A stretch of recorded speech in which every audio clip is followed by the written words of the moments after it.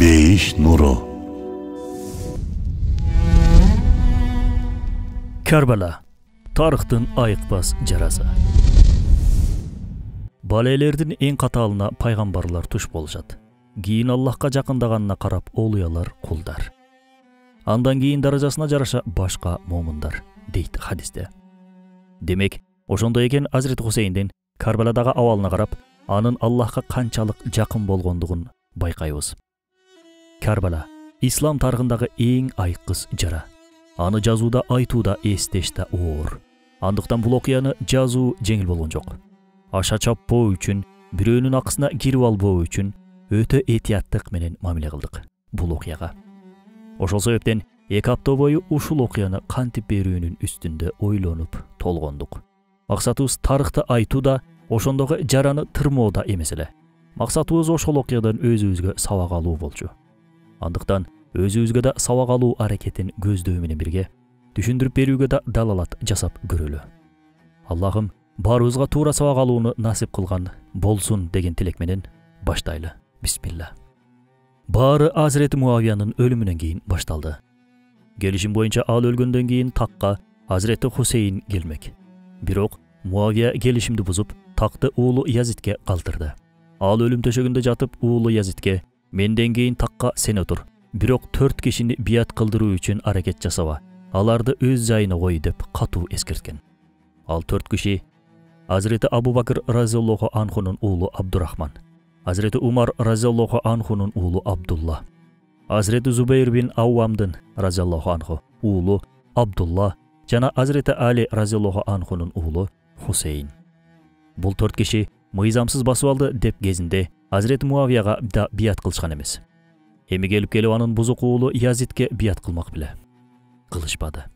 Бирок өзү өлгөндүн үстүнө сөз өлөт болуп, Язид да атасынын акыркы керезине моюн сунган жок. Алардын биятын мажбурлап болсо да алуу үчүн куралдуу аскерлерин жөнөттү. Hazreti Abu Bakırдын уулу Абдурахман кайтыш болуп кетти. Андыктан үчөөнүн биятын алуу керек болгон. Ишти биринчи Hazreti Huseyndен баштады. Анткени эң коркунучтуу атаандаш ал болчу. Анын үстүнө Hazreti Huseyndин уруусу Хашимийлер менен Язиддин уруусу Умайя уулдарынын эски жылдарга барып такалган душмандыгы болгон. Бул 150 жыл илгерки маселе. Андыктан мындай маселеге Hazreti Hussein сыяктуу улуу инсандар көңүл деле бурмак эмес. Бирок Язид сыяктуу табиятка ээ болгондор муну колтугуна котур таштай кылып катып жүрүшкөн. Окуя пайгамбарыбыз саллаллаху алейхи вассаламдын 5-чи атасы Кусайга чейин барып такалат. Кусайдын 2 уулу болгон. Бирөөсү Хашим болсо, экинчиси Абдышамс. Бул экөөнүн бир туугандык эмес душмандык мамилелери бар болчу. Атаандашуулар, урушуулар, мурасталашуулар, көралбастыктар, айтор, абыл, кабыл маселеси болчу. Өзүңүздөр билгендей, Аллах пайгамбарыбыз саллаллаху алейхи вассаламды эң таза адамдар аркылуу дүйнөгө алып келген. Демек, Хашимде көралбастык, кек сактоо, кызганыч сыяктуу жаман сыпаттар болгон эмес. Маселе Абдышамста болчу. Ал өлгөндөн кийин кеги уулу Умайяга, андан Харпка, андан өтүп Абу Суфиянга чейин жетип келген. Маалым болгондой, Абу Суфиян пайгамбарыбыз Мухаммад саллаллаху алейхи вассалам менен замандаш болгон. Абу Суфияндын Расулуллахка болгон кеги демек ошол тарыхта катылып жатат. Абу Суфияндын уулу Hazreti Муавия исламиятты кабыл кылып, сахабалардын катарынан орун алган. Туура, анында өзүнүн адамдык каталары болгон. Биз ал жагын чукулабайбыз. Ал жагы биздин бүгүнкү маселебиз дагы эмес. Маселебиз Hazreti Муавиянын уулу Язид. Язиддин улутчулдук, уруучулдук оруусу жана анын салтанат сүйүүсү. Бузуп талкалоо, өлтүрүп куруу бул оңдоп түзөөдөн, жашатып куткаруудан алдаганча оңой нерсе экен. Андыктан Язиддин ушул терс оруусу менен арам сүйүүсү ушундай чоң апаатка, айыкпас жарага себеп болуп берген. Бирок Язидди кабыл кылбаган топ ушул 3 эле кишиден турган эмес.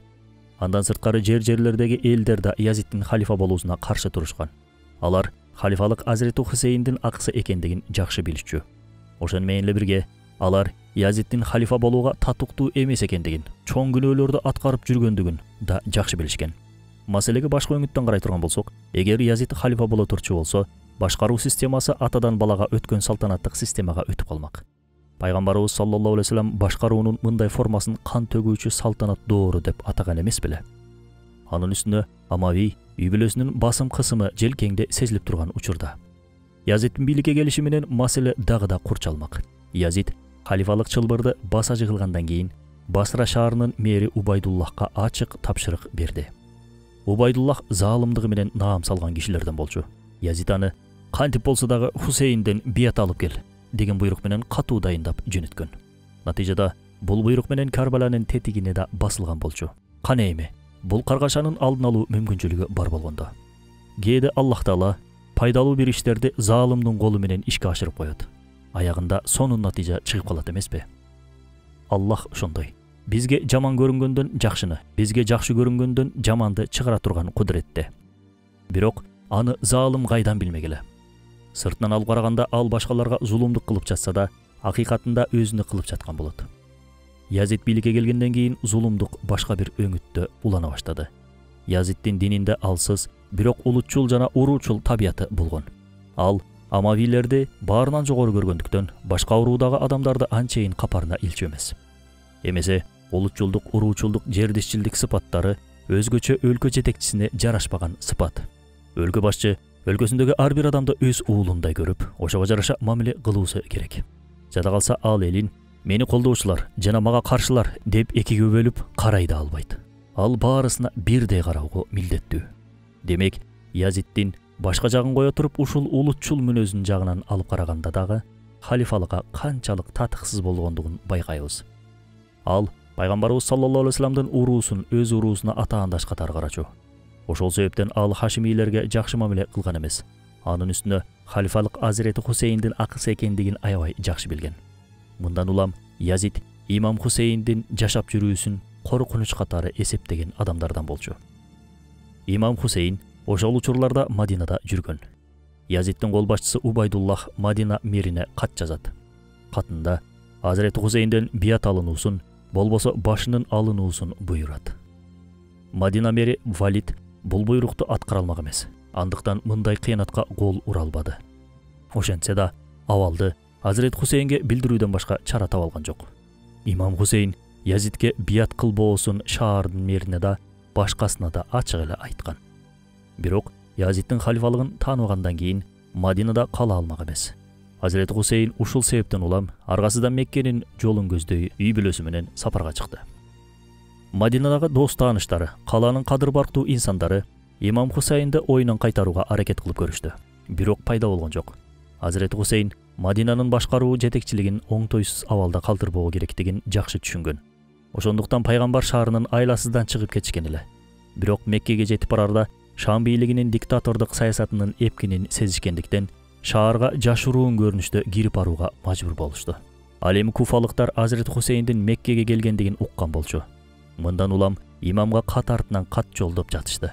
Каттар адабий кооз сөздөр менен жазылып, Азирет Хусейнди Куфага чакырган мазмунда болгон. Алар Язиддин башкармалыгын кабыл кылышпоосун, Имам Хусейндин акысы болгон халифалыгын жар салуусун жана Язиддин зулумдугунан үммөттү куткаруусун жалбаруу менен ар бир катында белгилөө өчкөн. Куфалыктар бул үчүн эмне кылуу керек болсо баарын кылууга даярбыз деп сөз беришкен. Имам Хусейнди халифа кылуунун жолунда жаны керек болсо жанын, малы керек болсо малын беришмек. Өз сөздөрүнө ынандыруу үчүн нан урсун, туз урсун дешип, бербеген убадалары, ичпеген анттары калган жок. Ага чейин куфалыктардын Азирети Али менен Азирети Хасанды жарым жолдо калтыргандыгы баарысынын эсинде. Кантип унутулсун ошол азаптуу күндөр. Азирети Хусейн да унуткан эмес. Андыктан абалды толук билбей туруп куфалыктарга толук ишин алган жок. Ошондуктан абасынын баласы Муслим бин Акылды абалга көз салып келүү үчүн Куфага, Сулайманды болсо Басрага жиберди. Имам Хусейндин куфалыктарга Муслим бин Акыл аркылуу жиберген катында: "Эй Куфа эли, ушундай бир заманда жашап жатабыз. Андыктан китебинен жүзү үйрүп, таятамдын сүннөтү тепселенип, бидаяттар желкеге минген учур. Силер менен күч менен бийликти колго киргизүү үчүн эмес, чыныгы халифалыкты кайра орнотуп, Аллахтын шариятын жашатуу үчүн күрөшөбүз. Ошондуктан эй Куфа эли, эскертип өтөйүн, бул кооптуу иш. Аллахтын жолуна тарапкер болуу, бычак алдына Исмаилдай болуп жатып берүүнү талап кылат. Эртең мени бул жолго жалгыз калтырбоого сөз бересиңерби?" деген болчу. Куфалыктардын баары "Ооба, сөз беребиз" дешти жабалактай. Арине, жай учурда айтып коюу оңой. Айтып коюуга эмне кетмек эле? Бедели жок, бекер сөз. Бедели төлөнгөндөн кийин, башка түшкөндөн кийин оорлугу сезилет. Ошол себептен Кудайды тааныдым, кабыл кылдым деш менен иш бүтпөйт. сөзүбүздө эр экенибизди далилдөө үчүн амал да кылышыбыз керек. Басрадагылар да Хусейнди колдоп беришээрин айтышты. Андыктан эки тарап тең имам Хусейнге оң жоопторун жөнөтүшкөн болчу. Жоопто эки шаардын тең тургундары Азирети Хусейндин артында аягына чейин туруп беришээрин айтылган болчу. Басранын жетекчиси Залым Убайдуллах шаарында болуп жаткан үгүт иштерине унчукпай карап турган жок. Азирет Хусейн тарабынан келген Сулайманды кармап, 1000 түркүн кыйноолор менен өлтүрдү. Кийин шаар ичиндеги бир дарга асып койгон. Ошон менен Басрада имам Хусейнге тараптар болгондордун оозу тып жабылды. Азирет Хусейндин бул окуялардан кабары болгон эмес. Бирок ал үй бүлөсү менен Басрага эмес Куфага жолго чыкмай болуп турган. Меккеден чыгаарда ажылык ибадат үчүн болгону 2 күн калган эле. Тагыраагы Зүлхиджанын 8-и болчу.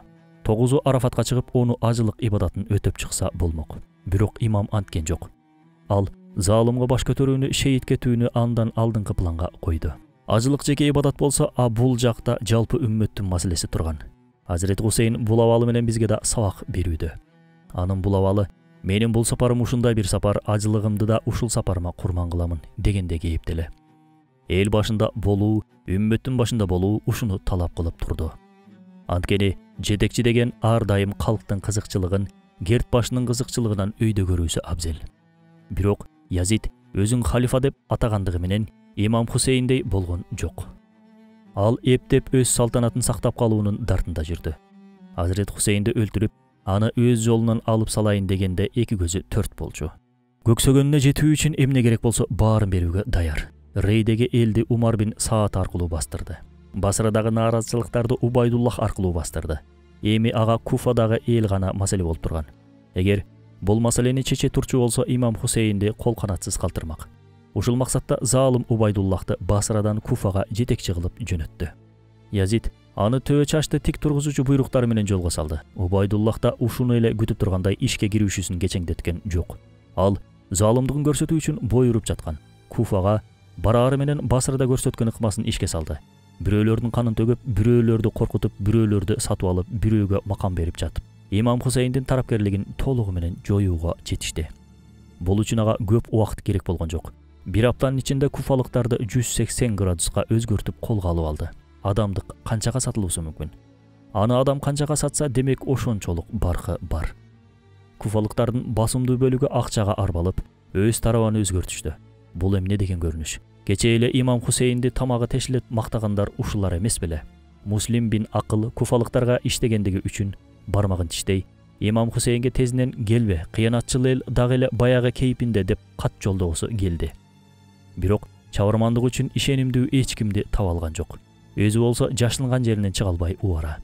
Акыр аягы аны дагы кармашты.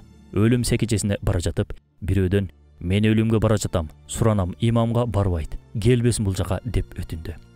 Тилекке каршы барып жеткизе алса гана. Бирок имам Хусейндин жолун Фараздак аттуу бир акын тосуп чыкты. Ал: эй имам, Куфага бара көрбө. Алардын жүрөгү сени менен болсо да, билеги Язид менен. Алар сага кыянат кылганы жатышат, деди күйүгө. Азирет Хусейн бул кабарды укканда ааламы эңшерилип, дүйнөсү түнөрө түштү. Бул анын өлүмдөн корккондугунан эмес, жакындарынын башына келе турчу кара балейден улам болчу. Чөргөктөгү ымыркайдан шейиттикке бой урган жигиттерге чейин, кыздарынан аял карындаштарына чейин жалпы 300дөй киши имамдын оозуна жана көзүнө карап турушат. Буларды кандай абал күтүп турганы белгисиз. Азирет Хусейн мына ушуларды ойлоп жабыга түштү. Барышым керек, деди башын чайкай. Барам деген убадам бар, дедиби? Акыйкат жолундагы күрөштөн кайтылбайт, дедиби? Билбейм, айтор. Маселеден кабардар болгондугуна карабай жолун улоого чечкиндүү болчу имам. Чыныгы иманга ээ болгон адам бүткүл ааламга каршы майдан курат, деп Бадиүззаман айткандай, балким бул чыныгы ыймандын жишаныдыр. Биз чыныгы ыйманга ээ боло албагандыгыбыз үчүн имам Хусейнди түшүнө албай жаткандырбыз балким. Азирет Хусейн акыйкат үчүн күрөшүү үчүн, үммөттүн дат баскан ахлагын өз каны менен жууп тазалоо үчүн барууга бел байлады. Ансыз деле Меккенин көсөм кишилери: Куфага барба, ал жактын адамдарында ишенип болбойт. Атаң менен агаңа эмне кылгандыгын өзүң жакшыраак билесиң. Ал жак кыянатчыл бир жер. Сени орто жолдо калтырышат, дешкен. Бирок имам Хусейнде ошондо эле башкача бир абал бар эле.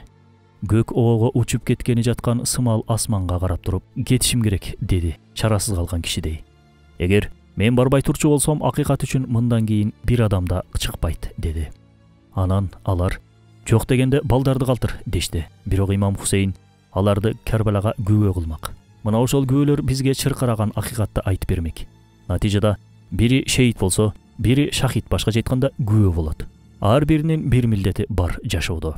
Эгер бүгүн Карбаланы билген болсок, мына ошол күбөлөрдүн артынан билип отурабыз. Бирок имам Хусейн ошол жерде жамаатына кайрылды. Алдыда бизди кыйын кезең күтүп турат. Бул жолдон кайтуу да бар, кайтпоо да бар. Андыктан кимдин карызы болгон болсо кайтарып берсин. Карыз барың мени менен согушка кирбегиле, деп буйруду. Бул не деген улуу акылак?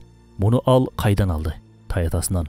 Пайгамбарыбыз саллаллаху алейхи вассаламдын карызы бар кишинин жаназасын окубагандыгы боюнча маалыматыбыз бар. Азрет Хусейн да артындагыларга карыздар бойдон өлүп кетпегиле деп жатат. Демейде адамдар мындай учурларда эптеп санын көбөйтүү үчүн артындагыларды алдап арбап сактап туруунун айласын көрөт эмеспи? Азрет Хусейндин артында анчалык кыйратарлык адам болбогондугуна карабай, мындай төөкөлчүлүккө баруунун сыры эмнеде? Акыйкаттан жазбаштыктын, туура жолдон тайбастыктын нагыз үлгүсү ушул эмеспи?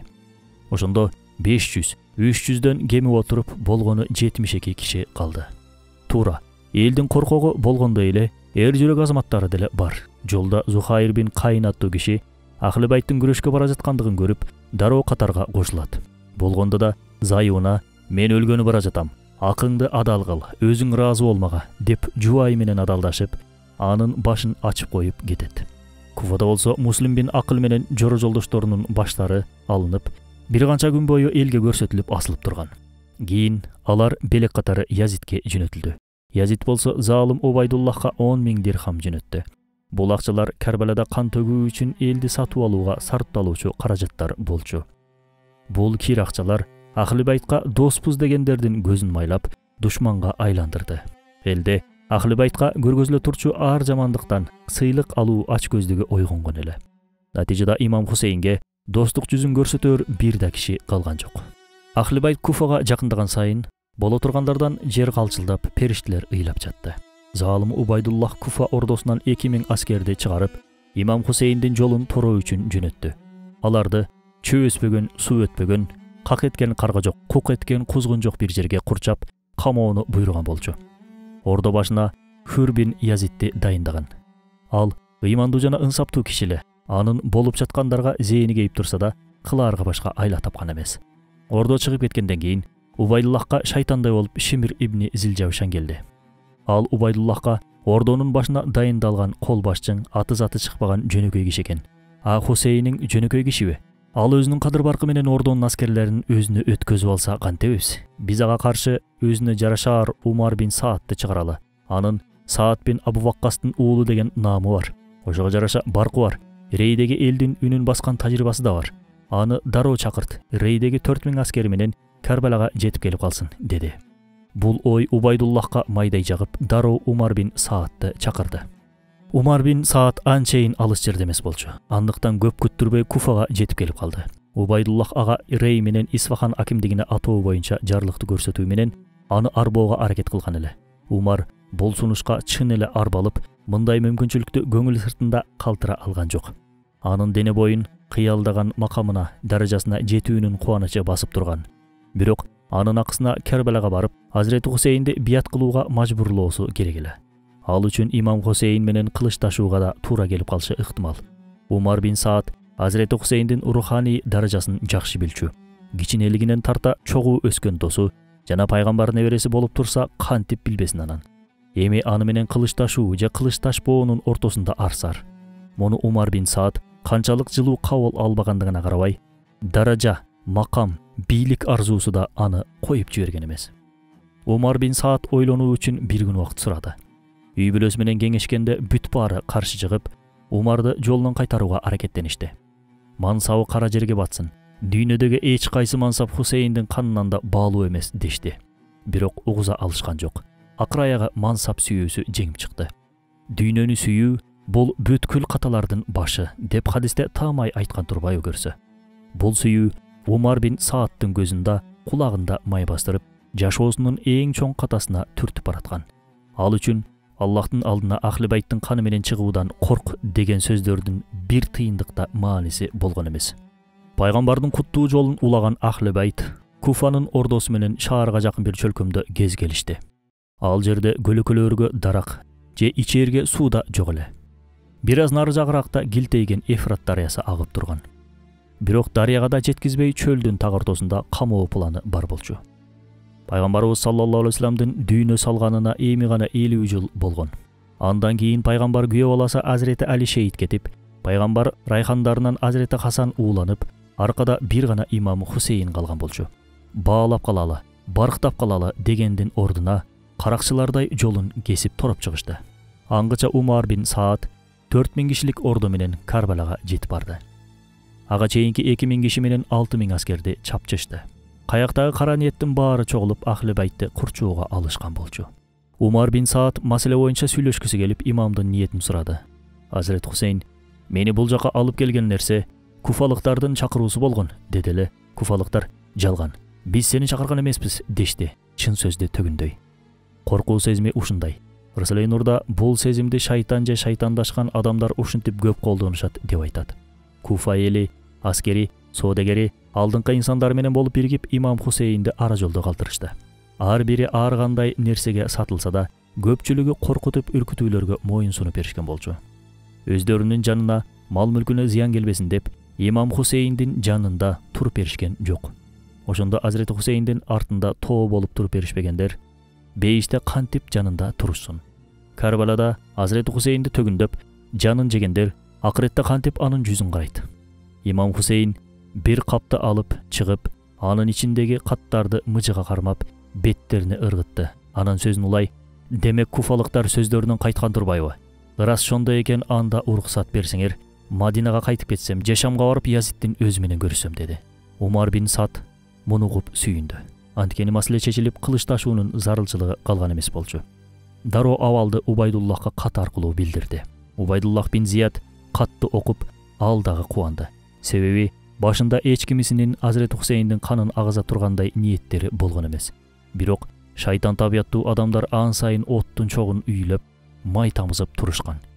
Жалаң гана пайданын артынан кууган Жүүт улутундагы Шимир ибни Зилжавшан дароо тура калып, залым Убайдуллахтын акылын азгыра: "Хусейн азыр сенин колуңа түшкөнү сыяктуу дагы бир жолу колуңа түшпөйт.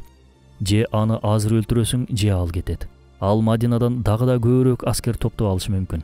Андай болсо сенин башыңа бале болот" деди. Шайтан болгон Шимир ансыз деле залым болгон Убайдуллахты камчылай, анын зулумдугун арттыруунун ниетинде болгон. Ушундайча өз даражасын, макамын, бийлигин көтөрүп, Язидке жакын болгонго дагы мүмкүнчүлүк жаралмак. Болбосо Сыффын согушунда Азирети Алинин тарабында согушкан бул адам эмне үчүн мынчалык тез катарын өзгөртсүн? Ооба, өзүнүн пайдасы үчүн гана аракеттенип, арманы бир гана дүйнө болгон адамдар күч каякта болсо ошол жака бат-баттан өтүп кетип турушат. Андайлардын максаты бир гана: кулкунун майлап, чөнтөгүн калыңдатуу. Алар фараондон өтүп фараон, залымдан өтүп залым келишет. Мындай кошоматчы инсандар дайыма чагымчылдык чыгарууга, ызы-чуу көтөрүүгө шай. Алар акылдын добушун өчүрүп, каргашанын үнүн көтөрүүнүн аракетин кылышат. Ушул чаян табияттуу, жылан тилдүү, канкор, ушинтип пысылдабаганда мүмкүн залымдар Азирети Хусейндин канын төгүүгө батына алышмак эмес. Маселенин бир тарапка ой турган жери ушул болгон. Убайдуллах Умар бин Саадка кат жазды. Мадинага кайтууга уруксат жок. Же бият келтиресиң, же Хусейндин башын мага жөнөтөсүң деди. Бул уугатчыланган катты Шимир менен кошо жөнөтүп, эгер бул колуңдан келбесе, анда кол башчылыкты Шимирге тапшыр деп катуу дайындаган болчу. Умар бин Саад катты окуп: "Эй Аллахтын душманы, бул сенин ишиң. Менин макамымды алуу үчүн, Язидке жакшы көрүнүү үчүн сенин кылганың бул", деди, Шимирдин турган турпатын жактырбай. Шимир болсо бирдемени чамалап, бирдеменин оңутун күткөн сыяктуу көздөрү тереңдей ойной, мыйыгынан күлө карап: "Кыла албасаң айт" деди. Умар бин Саад ан сайын жини келип: "Бул макамды сага алдыра турганчалык маңыроо эмесмин" деди кыйкырып. Шимир аны огош бетер ачуулантып, жанагы жылмайганынан жазбай турду. Адатта дүйнө ар дайым алдыбызга тандоолорун сунат. Биз деле көбүнчөсү Аллах ыраазы болгон амалдар менен ыраазы болбогон амалдардын ортосунда Умар бин Саад болуп калабыз. Умар бин Саад сыяктуу туура эмес жактарды тандайбыз. Чынында ал атасы Саад бин Абу Ваккаска жараша турган көрүнүштө башка жолду деле тандай алмак. Силердин макамыңарга наалат болсун деп Азирет Хусейнге кошулуп жанын берүүгө бой таштаса, аны ким кайтара алмак эле? Ошондо биз аны азыр баатыр катары эстеп отурмакпыз. Же макамың менен кара жерге кир деп үйүнө кетип калса да жакшы болмок. Ошондо да аны ырас кылды деп жакшы сөздөр менен эстеп калмакпыз. Телекке каршы аны эң кара амалдардын аткаруучуларынын катарында эстеп отурабыз. Умар бин Саад ошондо өзүн ушинтип ынандырды. Умар, сен муну кылбасаң, Шимир муну баары бир кылат. Хусейнди өлтүрөт. Анын үстүнө Шимир Язидтин көзүнө илинип кадыры өсүп кетет. Жок дегенде ушундай Аллах душмандарынын өсүү жолун тосоюн. Балким Хусейн бият кылып калар. Бир аракет кылып көрөйүн деди өзүнчө. Ички абийрүүнүн ал ушинтип басты. Умар бин Саад Азирет Хусейнди биятка мажбурлоо үчүн алардын сууга барчу жолун толугу менен кести, бекитти. Арадан күндөр өтүп, чыдоого сабырлары калбаган Ахлыбайттын чатырларынан ыйлоо онтоолордун үнү угула баштады. Бул үн жылдардын эң кара жылдарындагы, жерлердин эң кара жерлериндеги аянычтуу каргашанын башталышынын үнү болчу. Рахмат пайгамбарынын небереси Азирети Хусейн сууга карап жаткан. Мыскылдагандай бир үн менен: "Эй Хусейн, сен эмне сууга карап жатасың? Кыялданба, суу сенден көк асмандай узак" деди бирөө. Гүлкүң башыңды жаргыр. Бул сөздү айткан киши Хусейндин көк асманга баарынан да жакын экендигин билген эмес эле. Болбосо имам Хусейн өзү үчүн эмес, үй бүлөсүнүн суусуз калгандыгы үчүн сууга карап жаткан. Арине, суулар баарынан да көбүрөөк ага чуркап жаткандыгын кайдан билишсин? Суунун эркинде болсо, пайгамбар гүлүн суусуз калтырышмак беле. Аллахтын рахматы аталган суу менен Рахмат пайгамбарынын небереси Хусейн экөө бири-бирине кандай гана сонун айкалышмак. Ошол күнү суунун салкын илеби Хусейндин эриндерине жарашкан чалык балким эч кимге жарашпайт эле го. Бала кезинде пайгамбарды өпкөн ошол эриндер эми чаңкоодон жарылып жаткан болчу. Залымдардын колдорунан келсе, мындан да бетерин көрсөтчүмөк. Алар адамдык тарых беттерине унутулбас бир так калтыруунун алдында турушкан. Имам Хусейнди пайгамбар райханын суусуз калтырышты булзу өкүрлөр. Карбала ортосунда калган бир жигит болчу Хусейн. Эки колуна кылычын алып, шуулдап салгылашкан адамдын уулу болчу Хусейн. Лакабы атасынын апасы деп аталган Азирети Фатиманын көрөр көзү, көкүрөк күчүгү болгон. Хусейн аалам сыймыгы болгон пайгамбарыбыз саллаллаху алейхи вассаламдын "Хусейн менден, мен дагы Хусейнденмин. Аллах Хусейнди сүйгөндөрдү сүйөт" деген Хусейни болчу. Хусейндин көзү жашка толуп, тикиден тик турган. Ойлор өткөн күндөрүнүн кусалыгына бөлүнө чабыттап жүрдү. Бир аздан кийин жер бетин таштап кете тургандыгын сезген сымал көздөрү асмандан үзүлбөйт. Мухаррам айынын биринде барган болчу Карбалага. Мухаррамдын 10-унда болсо көккө учууга даярдап көрүп жатты. Аллах элчиси да ушул күндөр үчүн көз жашын көлдөткөн эмес беле. Бир топ жылдар мурун пайгамбарыбыз саллаллаху алейхи вассаламдын ичкериге эч ким кирбесин деген буйругуна карабай, Жабраил менен отурган учурунда ичкериге Хусейни кирип келип калды. Пайгамбарыбыз саллаллаху алейхи вассалам Хусейнди колуна алып, башынан мойнунан кайра-кайра өп жыттаса да тоя алган жок. Хусейн чыгып кеткендейин Жабраил: "Я Расулалла, аны аябай жакшы көрөсүңбү?" деп сурады. Аллах элчиси "Ооба" деп жооп берди. Көздөрү жайнай, ошол учурда Жабраил алейхиссалам Расулуллахка: "Хусейн Эфрат дарыясынын жээгинде шейит кетет. Ал жер көрксүз, кунарсыз, кара жолтой бир жер. Ал жердин аты Карбала. Бул дагы Карбаланын топурагы" деп бир идиштин ичинде топурак сунду. Кусалык пайгамбарынын жүрөгү кусалыкка толгон эле. Чыгып ошол идиштеги топуракты Умму Салама энебизге кусалуу кабар менен кошо берди. Ошол учурда пайгамбар гүлүн үзүлүп ташталаары кимдин оюна келди дейсиз? Мындай каргаша үч уктаса да эч кимдин түшүнө кирмек эмес. Эч нерседен кабарсыз кыткылыктап ойноп жүргөн Хусейнине карап Аллах элчисинин көңүлү күүгүм тарта, ичи туз куйгандай ачыша түштү. Ким билсин, пайгамбарыбыз Хусейнине ушинтип канча жолу карады экен. Караган сайын кара кабар эсине түшүп, канча жолу каңырыгы түтөт экен. Хусейндин шоктугунан улам апасы Фатиманын какус-кокус кылганын көрүп, "Урба баламды, ансыз деле кийин урушат" деп ыйлабады беле бир жолу. Айтылган ошол кара баленин күнү жаңырып, Хусейндин Карбалада жакындары менен ачка жана суусуз отурушкан абалы келди. 3 жаштардагы кичинекей баласы аталап атасынын мойнуна асылды. Байкуш бала атасынан суу үмүт кылат. Эркелеп ыйлактасам суу береби дейт. Баяу сезими менен айланасындагы кара ниеттердин оюн бала кантип түшүнсүн. Азирет Хусейн баласынын ыйына чыдай албады. Ордунан көтөрүлө туруп: "Эй Куфа армиясы, ушул Эфраттын суусунан жөөттөр, христиандар, мажусилер, отпарастар жана алардын айылындагы доңуздарына чейин ичип жүрүшөт. Алардан аябаган сууну пайгамбар үй бүлөсүнөн аяйсыңарбы? Эмесе мени бул жерге өзүңөр чакырып, анан аркаңарды салып кыянат кылдыңар. Мен силерге эмнеге мага кыянат кылдыңар деп сураган жокмун. Сураганым биздин Мадинага кайтып кетүүбүзгө жол беришиңер болду. Же болбосо Шамга, Язиддин жанына жөнөтсөңөр болду. Же бизди коюп ийгиле чек арага кетип өз алдыбызча исламиятты жаяла. Бирок силер үчөөсүн да кабыл кылган жоксуңар. Менин канымды өзүңөр үчүн адал көргүдөй, менден эмнени көрдүңөр? Мен силерге эмне кылдым? Деди ызалана. Бул сөздөргө куфалыктардын жүрөгү титиреп да койгон жок. Мисирейип карап турушту. Балким аларда адамдык жүрөктүн өзү болгон эмес эле. Уулу Али Акбар: "Ата, сенин айткандарың буларга эмне таасир бербей жатат?" деп сураганда, имам Хусейн: "Анткени булардын ичи Язид берген арам тамактар менен толуп калган", деди муңкана. Ошондо Умар бин Саад Азирети Хусейнге: "Язидке бият кыл. Ага бият кылмайынча силерге суу бере албайбыз", деди. Бул сөзгө Азирети Хусейн: "Мен Язидке бият кылчу болсом, Мадинада эле бият кылмакмын", деп айтты. Умар бин Саад: "Андай болсо силер менен салгылашуудан башка аргабыз жок", деди ийинин куушура. Имам: "Андай болсо мага бир күн бергиле", деди. Амави кол башчылары ич ара сүйлөшүп, аны да бербейбиз дешти. Ичтеринен бирөө: "Отко сыйынган бирөө сураса да бермекпиз. Муну бизден сураган бир мусулман, анын үстүнө пайгамбардын небереси. Берсе берели да эмне? Акыркы күнүндө жараткан эгесине ибадат кылып алайын деп аткандыр", деди. Бир аз адамча айтылган ой ушул болчу. Бирок ибадат кылып алайын дегидей имам Хусейн жашоосун кайдыгерлик менен өткөргөн адам болгон эмес.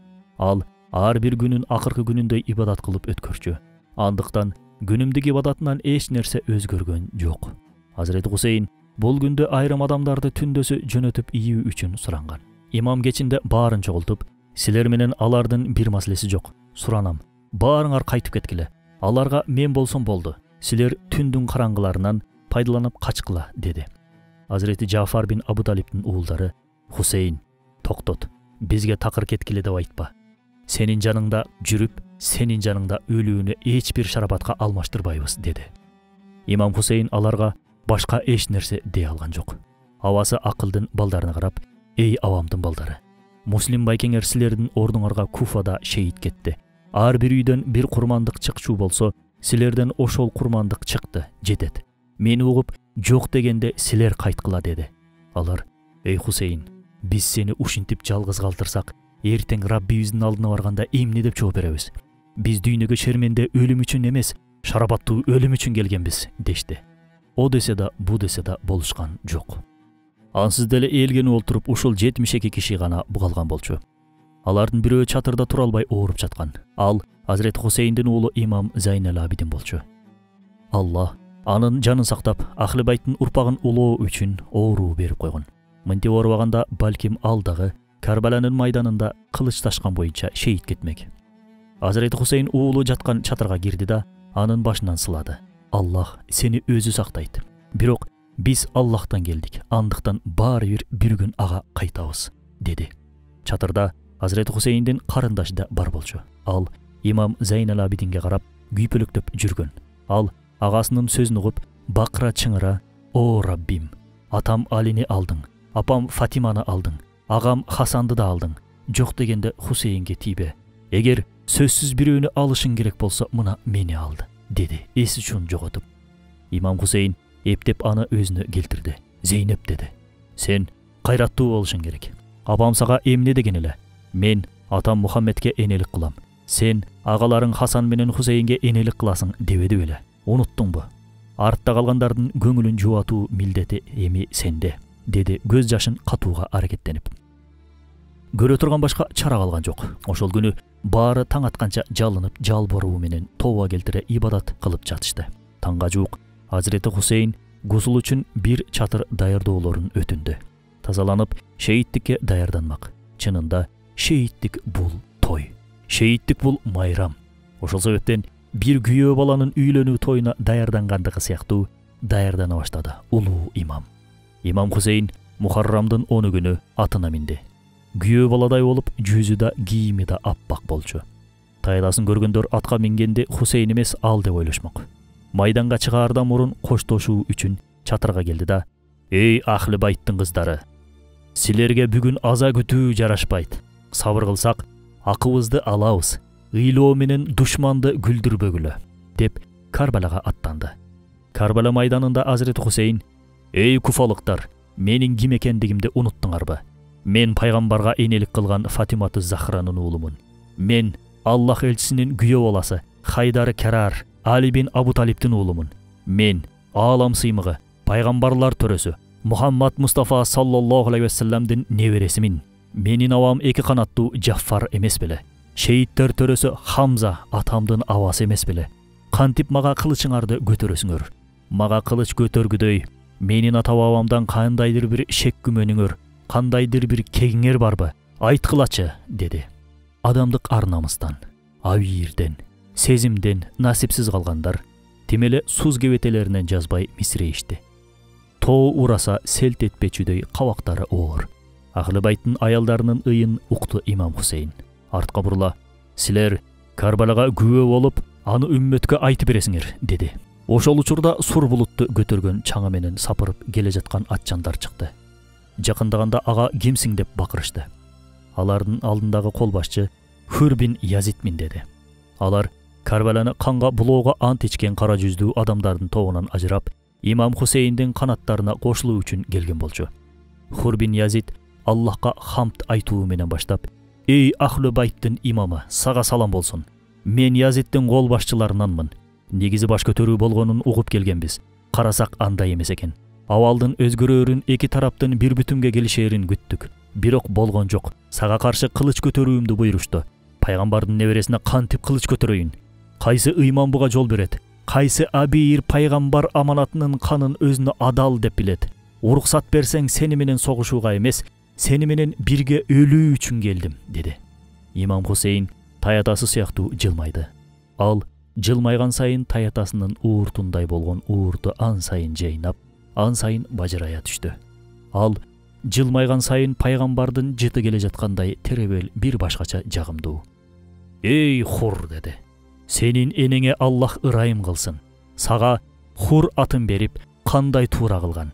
Сен атыңа затың жарашкан эркинсиң. Аллахка кул болгон кулга кул болбойт. Кулга кул болбогон сен сыяктуу эркин болот», деди. Хур арабчадан эркин деген мааниге келчү. Хур бин Язид салтанаттын чынжырынан бошонуп, эркин болгон эле. Ал имам Хусейндин ордосуна 30дай жигитти ээрчитип келди. Согуш башталаардан мурун эрөөлгө чыгуу үчүн Абдуллах бин Умайр чыкты майданга.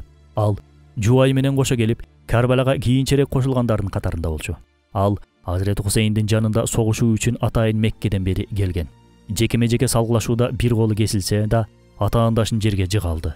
Колун таңуу үчүн чатырга кайтып келген эле. Зайыбы анын колун таңып жатып, баарына өрнөк боло турчу ушул суроону сурады.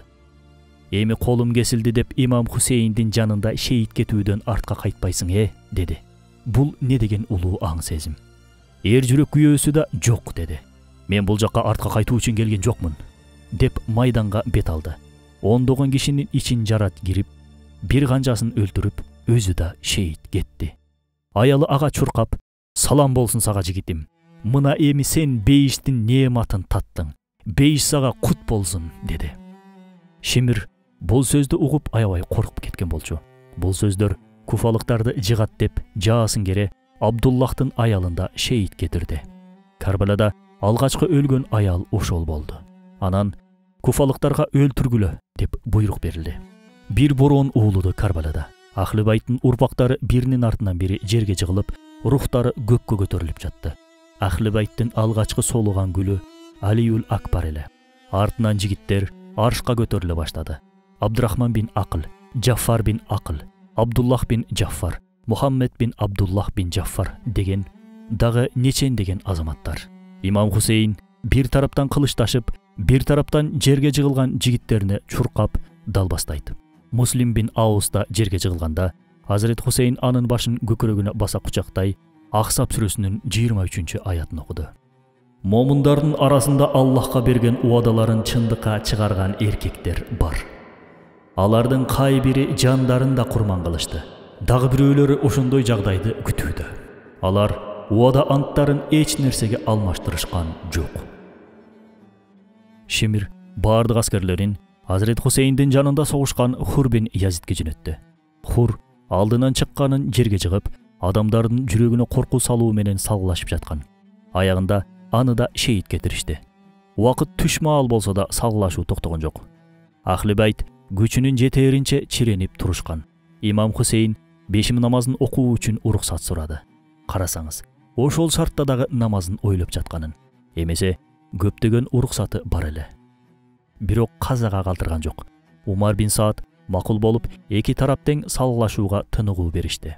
Азирети Хусейн канча күндөн бери таяммум менен намаз окуган жамаатына намаз окуттурду. Ушул жерде дагы бир кызык жагдай. Имам Хусейн намазын баштаганда Куфа ордосунан да аскерлер бир-бирден келип, имамга уюй баштады. Алар Хусейндин намазын сахих сөзсүз кабыл болот дешип, ээрчип жатышкан. Бирок менде бул жагдайды түшүндүрүп берерге сөз жок. Ырас, имам Хусейндин дурустугуна ушунчалык ишенип, маани беришет да, анын неге ага каршы кылыч көтөрүшөт. Мындайды жашоомдо биринчи жолу учуратып жаткандыгымдан түркөйлүк десемби, же маңкурттук десемби, айран таңмын. Намаз бүтүп, куфалыктар кайра өз катарына өттү. Намазда туугандай табышып, намаздан кийин душмандай чабышып, салгылашуусун улантышты. Кырсылдашкан кызыл кыргын уланып, исламияттын менмин деген жигиттери биринин артынан бири шейит кетип жатты. Ошол жигиттердин арасында бир жигит бар эле. Жаштардын эң келишимдүүсү. Бир караганда пайгамбарыбыз саллаллаху алейхи вассаламды эстеткен, жамалы айдай жаркыраган, колунда кылыч, үстүндө көйнөк. Азирети Хасандын уулу Касым. Ал башына бир кылыч соккусун жеди да, аба деп кыйкырган бойдон жерге кулады. Абасынан жардам сурагандай колун Азирети Хусейн тарапка узаткан бойдон кете берди. Ахли байттын энелери ыйлап жатышты. Бул залымдар чөргөктөгү ымыркайды деле аяшкан жок. Кичинекей Абдуллахтын тамагына ок келип сайылганы баарысынын көз алдында. Чөөлөрдүн ортосунда калган арыстандай аягында бир гана Хусейн калды. Калганы баары шейит кетишти. Зейнеп энебиз, бул не деген ордо? Аскери да Хусейн, кол башчысы да Хусейн, деди үнү мукактана. Азирет Хусейн болсо оор дем ала энтигет. Эми кылыч шилтөөгө күчү да дарманы да калган жок. Суусаганына карабай, ушунча салгылашканы да өзүнчө бир керемет. Тегеректеп, жакындоого батына албай жаткан аскерлердин арасынан Малик бин Бишрихинди суурулуп чыгып, Азирети Хусейндин башына катуу бир сокку урганда, имамдын башы кан таршып, бети ысып чыкты. Баш кийими кесилип, башынан кан кеткен экен көрсө. Өйдө көтөрүлүүгө алы келбей, жерге чөк түшүп отуруп калды. Ошол учурда эч ким эч нерсе кыла алган жок. Баары акыркы соккуну уруудан чочулайт. Баарысынын оюнда менин кылычымдан өлсө баленин баары менин мойнумда калат деген ой бийлеп турган. Хусейн болсо аябай чаңкаган болчу. Канча күндөн бери суу ичкен эмес. Суу сурады эмтиге дем алып. Бирөө ынсапка келип, дарыядан ылайка суу сузуп келе койду эле. Хусейн бин Умайр деген бирөө аны да жөн койгон жок. Жаасы менен суу идишине бир атты. Имам Хусейн бизге суу шейиттиктен кийинки акыретке калтырылыптыр да демек, деди. Анан бар күчү менен чабуулга өттү. Мухаммеддин дини каным менен көтөрүлө турчу болсо, алгыла, кылыч тагыла, деди бакыра. Шимир, өлтүргүлө аны, эмне дагы деле сүйлөтүп жатасыңар, деди. Бир жакка шашкандай көздөрү алаңдап. Акыры Синан ибн Анас акыркы сокку урду. Мухаррам айынын 10 болчу ошол күн. Адатта бул күн Ашыра күнү аталып, Шаң майрам күнү катары белгиленчү. Нух алейхисаламдын кемеси ошол 10 Мухаррамда жээкке чыгып кутулушкан болчу. Ошондо колдобарын аралаштырып Ашура тамагын биринчи жолу Нух алейхисалам бышырган. Кийин ошол күнү Ибрахим алейхисалам төрөлдү. Муса алейхисалам деңизди жарып фараондун колунан кутулду. Дагы нечендеген майрамдарды, жакшылыктарды эске салчу ушул күн. Мына жыл айланып ошол күн кайра келген болчу. Хижраттын 61 жылы, Мухаррам айынын 10, аптанын жума күнү болчу. Карбалада шейиттерибиз бар. Карбаланы бизге айтып калтырган күбөлөрүбүз бар. Карбалада кыянат кылган Куфа эли бар. Карбалада колу канга боелгон канкорлор бар. Карбалада шейиттердин төрөсү Азирети Хусейн бар. Эми бул күн биз үчүн майрам эмес, аза күнү болмой болду. Пайгамбарыбыз саллаллаху алейхи вассаламдын райханы имам Хусейн 57 жашында шейит кете берди. Бул күн айрым пайгамбарларга кутулуу күнү болгондой эле имам Хусейнге да кутулуу күнү болду балким. Адамдардын зулумдугуна толгон заалым дүйнөдөн кутулуусу, армандуу азаптуу жашоодон кутулуусу. Эми ал үчүн түбөлүктүү гана жашоо турган. Ал жакта пайгамбарыбыз саллаллаху алейхи вассалам бар. Апасы Азрети Фатима бар. Атасы Азрети Али бар. Азрети Хасан бар. Жакындарынын көбүн узаткан о дүйнөгө адам эмне үчүн шашпасын? Бул жакта ошончо зулумдуктун ичинде жалгыз жашагандан эмне пайда бар эле? Ансыз деле ушул жалгыздыктан кутулуп, о дүйнө атаңгысы келип жүрбөдү беле? Мына ошентип ал таятасына гүл жыттуу пайгамбары менен жолугууга кеткен болчу. Артында калгандарынын жүрөгүн өрттөп кеткен болчу. 14 кылымдан бери жүрөктөрдү өрттөй турган бир кетүү болчу бул. Азрети Алинин уулу, бирок пайгамбар урпагы болгон имам Хусейндин жансыз денеси жерде жаткан. Анын денесинде 33 найза жарасы жана 34 ок жарасы бар болчу. Ошол убактарда арабтардын аябай жаман адаты болгон. Өлгөндүн башын кесүү адаты. Азрети Хусейндин да башын кесмей болушту. Бирок муну кылаарга батынаар эч ким жок. Анткени муну ким кылса, баардык жамандыктар анын мойнуна калмак. Муну кимге кылдырышса кылдырышсын, бул кандын куну унутулмак эмес. Хавли бин Язид аттуу башы жакшы иштебеген бир дөпүрөс бар болчу. Адамдар ага: "Хавли кел, сен кес, сага аябай чоң сыйлык беришет" деди. Ал деле коркту. Акыр аягы Синан ибн Анас жулкулдатып кести да Хавлиге карматты. "Бар, мен кестим" деп сыйлыгыңды ал деди. Хавлинин оозу кулагына жетип, тимиле саргайган тиштерин көрсөтө ыржыйды. Оюнда чоң сыйлык алмай кыялы бар болчу. Имам Хусейндин куттуу башы Убайдуллах бин Зияттын Куфадагы сарайына келтирилди. Ал залым имамдын башын эрмектей, камчысы менен эриндерине кулактарына тийип, "Кандай сонун кулактарың бар, кандай сонун эриндериң бар" деп мыскылдагандай абал көрсөтүп жаткан. Сахабалардын улууларынан пайгамбар кызматкери Анас бин Малик ордунан тура калып: "Залым колуңду тарт андан. Аллахка касам ичип айтам. Мен ошол эрин жана кулактарды Расулуллахтын кайра-кайра өпкөнүн көргөмүн. Сенин ыпылас колуң аны кирдете албайт" деди бакыра. Баарысы коркуп турганда залымга бакыруу үчүн өзүнчө эрдик керек болчу. Мындайды эч ким күтмек эмес. Андыктан ортолук тынчый түштү. Анас бин Маликтин сөзү Убайдуллахтын төбөсүнөн токмок болуп кагып, жерге киргизип ийгендей кылган болчу. Ирең саргайып, бөйрөгү бөкшөрлө каршы бир сөз айтарга чамасы да келген жок. Имам Хусейндин башын алган залым болсо бир бурчта Убайдуллахтан мактоо күтүп жаткан. Убайдуллах болгон жинин ошондон чыгарды. Мүйүзүнө таш тийген уйдай шарт ошол залымга бурулуп: "Чыг эшке, сен мынча жаман иш кылгансың" деди. Арине, бул иштин артында өзү турган. Азрети Зейнеп Азрети Хусейндин башсыз денесин кучактап, ичинен сыздап ыйлайт. "Залымдар, жырткычтар" деп кылымдарга жаңырган ачуу үн менен кыйкырат. "О Мухаммедим, кайдасың? Кайда? Хусейниңдин башы башка жакта, денеси башка жакта. Карбала канга толду. Сенин ахлы байтың өлтүрүлүп, кыздарың туткундалды. Үммөтүң кыйрады. Кайдасың, я Расулалла? Сен кайдасың?" деди, кимисине аза күтөрүн билбей.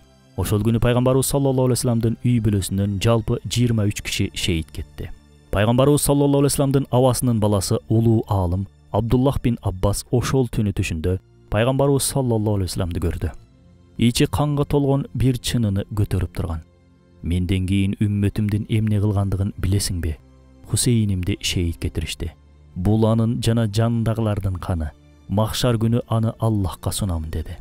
Ошол кезде Карбалага катыштыгы бар залымдар Аллахка кайсы жүзү менен карашат, бир Кудай билет. Азрети Хусейндин өлүмүн уккан Язиддин реакциясы ушул болду. "Менин ата бабам болгон Амавилердин кегин Хашимилерден алдым" деди. Маселеге ал ушинтип караган. Бирок бул иштин дороонун эч кимиси сүрө алган жок. Язид да көрө алган жок. Адамдар зулумдук кылат, тагдыр адилеттүүлүк кылат дейт го устат. Дал ошол сыяктуу Язид да Карбаладан кыска убакыттан өткөндөн кийин кылганын тапты. Аң уулоого мас болуп чыгып, аттан кулап, жүзү бир ташка урулду. Учтуу бир таш оозунан кирип, коркунучтуу бир кейипте жан берген эле. Карбаланын башкы залымы Убайдуллах бин Зият болсо, имам Хусейнге көрсөткөндүн дал өзүндөй абалга туш болду. Ал дагы Карбаладан көп өтпөй, Карбаланын кегин алуу үчүн аракет кылган Мухтар Сакафи кыймылында башы кесилип өлтүрүлдү. Умар бин Саад да мансаптын дороонун сүрүп узак жашай албады. Анан калса, тагдыры анын оюндагыдай ээк челбей, бакыттын даамын таткыдай да болгон жок. Күндө түшүндө Азирети Хусейндин кандуу абалын көрүп чочуп ойгонот. Шемир бин Зилжавшанда чийки май жегендей көкүрөгүнө бир нерсе түйүлгөнсүп жүрдү. Сыртынан сыр бербей, мисирейгени менен ичи кыйсыпыр. Ойлорунда бакытка балкып жашамак. Бирок артынан кара наам салып кеткен бойдон экөөнүн тең башы Мухтар ас-Сакафи тарабынан алынды. Корутундулап айта турчу болсок, эмнеге Карбала окуясы болду, биз аны эмнеге айтып бердик. Мунун баары бизге сабак болуу үчүн. Эгер Карбалада эмне болгондугун билбесек, бир эле чукурга көп жолу түшөбүз. Кылымдар бою жыландар бизди бир эле тешиктен чагып жатат. Карбаладан сабак албагандыгыбыздан улам ар чагымчылдыкта каерде турарыбызды билбей маңбыз. Парлап койгон жака кетип, ар түрдүү каталарга шериктеш болуудабыз. Карбалалар бүткөн жок. Дал ошол сыяктуу сценарийлер дүйнөнүн түрдүү жерлеринде жазылууда. Мусулмандар болгон бүт жерде чагымчылдык, фитна бар. Чагымчылдыктын отуна май тамызгандар бар. Куфалыктар сыяктуу корккондор бар, кыянат кылгандар да бар. Аллахтын бул сыноолорду бизге берип жаткандыгынын себеби бизди элгекке салып ээлеп жатканы. Он менен кебек ушинтип гана ажырайт эмеспи? Абу Бакырлар менен Абу Жахилдер да ошентип ажырайт. Анан Карбаладан сабак алаарда көп эсе ушул катага түшөбүз. Өз напсибизди актагандай, мен имам Хусейн сыяктуумун. Демек менин душмандарымда азыркы Язидтер жок андай эмес. Баары ушинтип ойлонуп, өзүн туура деп ойлоп жатса, анда напсисин тарбиялап, өзгөрө турчу эч нерсе болбойт. Язид да балким ошентип ойлонуп жүргөн. Өзүн сүттөн аппак көрүп, күнөөсүз деп ойлоп жүргөндүр балким. Куфалыктардан сурасаңыз, мүмкүн аларда миңдеген шылтоолорду айтышып, өздөрүнчө орундуу себептерин айтышмак. Биз алардай болбой күнөөнү эң башта өзүбүздөн издейли. Язид сыяктуу сезимдер балким ичибизде жаткандыр. Болбосо чагымчыл фитналар дайыма ушул фараондошкон сезимдерден чыгат. Өзүбүздүкүн туура көрүп, ар дайым наркы тарапта оңдоо менен алекпиз. Ошентип, өз кемчиликтерибизди көрбөгөндүктөн кемчиликтерибизге кемчилик кошобуз. Эмесе, Устат Бадизаман кандай туура айткан. Менин жолум, оюм туура деп айта аласың. Буга акың бар. Бирок меники гана туура дешке акың жок деп. Ооба, башканын оюн жаңылыш ката дей албайбыз. Карбаладан сабак алууга тоскоол болгон дагы бир башка себеп бар. Ал бул маселеге саясий өңүттөн гана карагандыгыбыз. Язид бир гана саясий башкарууда изделбейт. Кээде тескерисинче болуп, Хусейндин ролунда падыша сыяктуу башкаруучулар болуп калат. Тарых беттери мындай өрнөктөр менен толтура. Бирөөнү Язид деп атаунун ордуна Язидче амалдарыбыздын алдына чыгалы. Бирөөнүн күнөөсү менен башкасын күнөөлөбөйлү. Тилибизге ээ чыгып, зулумдук кылбайлы. Бирөөнүн көңүлүн оорутпайлы. Исламиятка зыян бере турган, ынтымакты ыдырата турчу ар кандай амалдан жаа бою качалы. Сүйүү жана мээрим биздики болсун. Бизге карагандар бизден ушуну көрсүн. Бизден душмандык жана кастык эмес, достук жана туугандык таркасын. Хасан Фейзи аба айткандай, Аллахым сүйүктүү пайгамбарынын аты үчүн, Карбалада аккан кандын урматы үчүн, пайгамбарынан ажырашуу күнүндө ыйлаган көз үчүн, Аллахты сүйүү жолунда кеткен жүз үчүн ушундай чагымчылдык учурунда ар дайым исламиятка өз жеңишин ыроолосун. Аллахты сүйүү ыймандын акысы. Пайгамбарды сүйүү Аллахтын акысы. Сахабаны жана ахли байтты сүйүү пайгамбардын акысы деп айтылат. Демек, Аллахты ыраазы кылуунун дагы бир жолун таптык. Ал Хусейнди сүйүү. Жараткан эгем ар бирибиздин жүрөгүбүзгө ушул сүйүүлөрдү салсын. Ушул сүйүү менен көгөрүүнү, ушул сүйүүнүн жолу менен кеткендердин изи менен кетүүнү насип кылсын.